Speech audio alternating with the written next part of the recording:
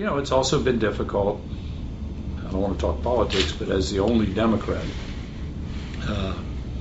in all three of my counties, circuit-wide, there are black districts, where they're Democrats. Right.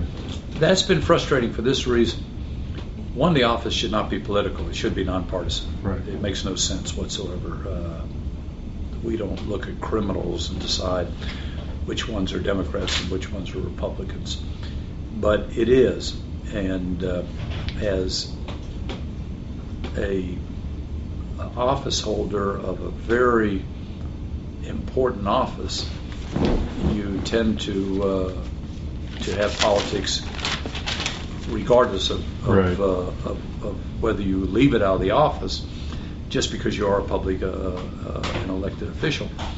And so a lot of the criticisms or the issues involving crime were interpreted as attacks by me against the sheriff and the mayor and the police union, and it became political, and as a result, much of what I addressed 3 years ago was shunned or not responded to, and things have gotten unbelievably worsened. Right. And that's very frustrating. People in the office, the fact that all my life, or all my professional life after the Marine Corps, I've been a trial lawyer. I've tried a lot of cases as state attorney, but the truth is you have so many administrative responsibilities, budgetary responsibilities, that you can't try as many cases as you'd like. Right. I think I've tried as state attorney and as an assistant, only because we tried so many back in the 70s, probably about 200 jury trials and probably over 50 murder cases. I've never lost a murder case. The politics and the inability to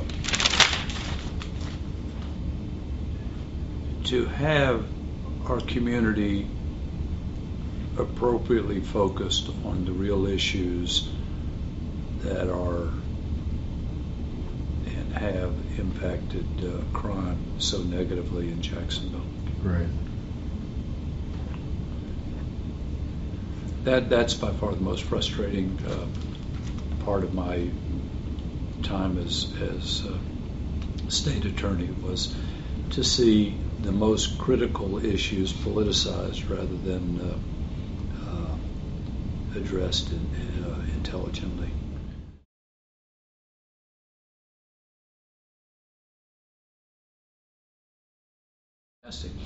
So you have a 33-year-old Marine prosecutor who hadn't done anything else, and you make him the city's general counsel, and I knew nothing about what was going on. I was the prosecutor next door, and you come over here and say, well, okay, I'm the general counsel now. What's going on? Well, we're ready to buy these $2.2 billion floating nuclear plants. I don't know what you're talking about.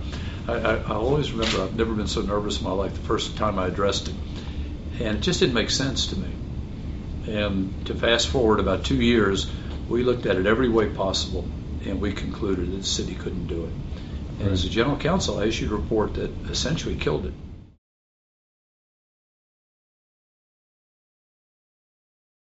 I would like to mention, though, if you put an accomplishment or an issue we dealt with as state attorney, would have to be juvenile crime. Right.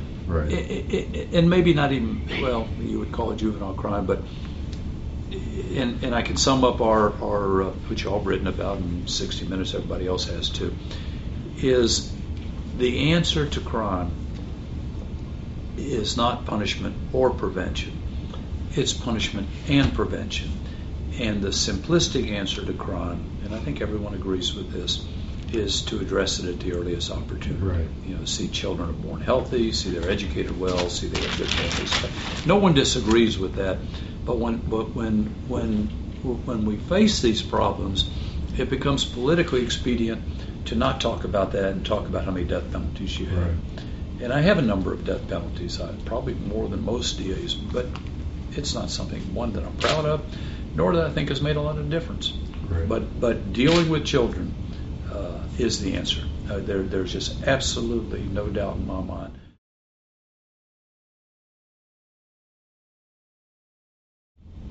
God, that's a great question, because no one in my family was.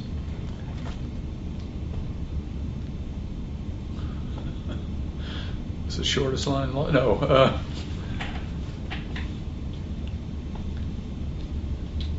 Gosh, it's such an important question, and I knew I was, and it's longer. I knew I was going into. I wanted to go into the Marine Corps, Right. and I knew we had the war, and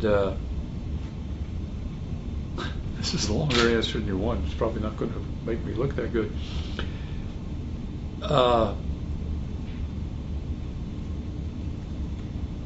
At the University of Florida at that time, it's totally different now. Anybody could get into law school if you Right. graduate from the University of Florida. You may not make it because they busted out 2/3, but anybody could get in. And so I went ahead and went in. I had already signed up for the Marine Corps, and I was going to go to OCS that first year. This is more than you want. And I wanted to be a pilot. And I remember everyone else in law school was so nervous about busting out or family and everything. I didn't care because I was already an officer in the Marine Corps, and I really wanted to go to flight school. God knows whether I ever made it through.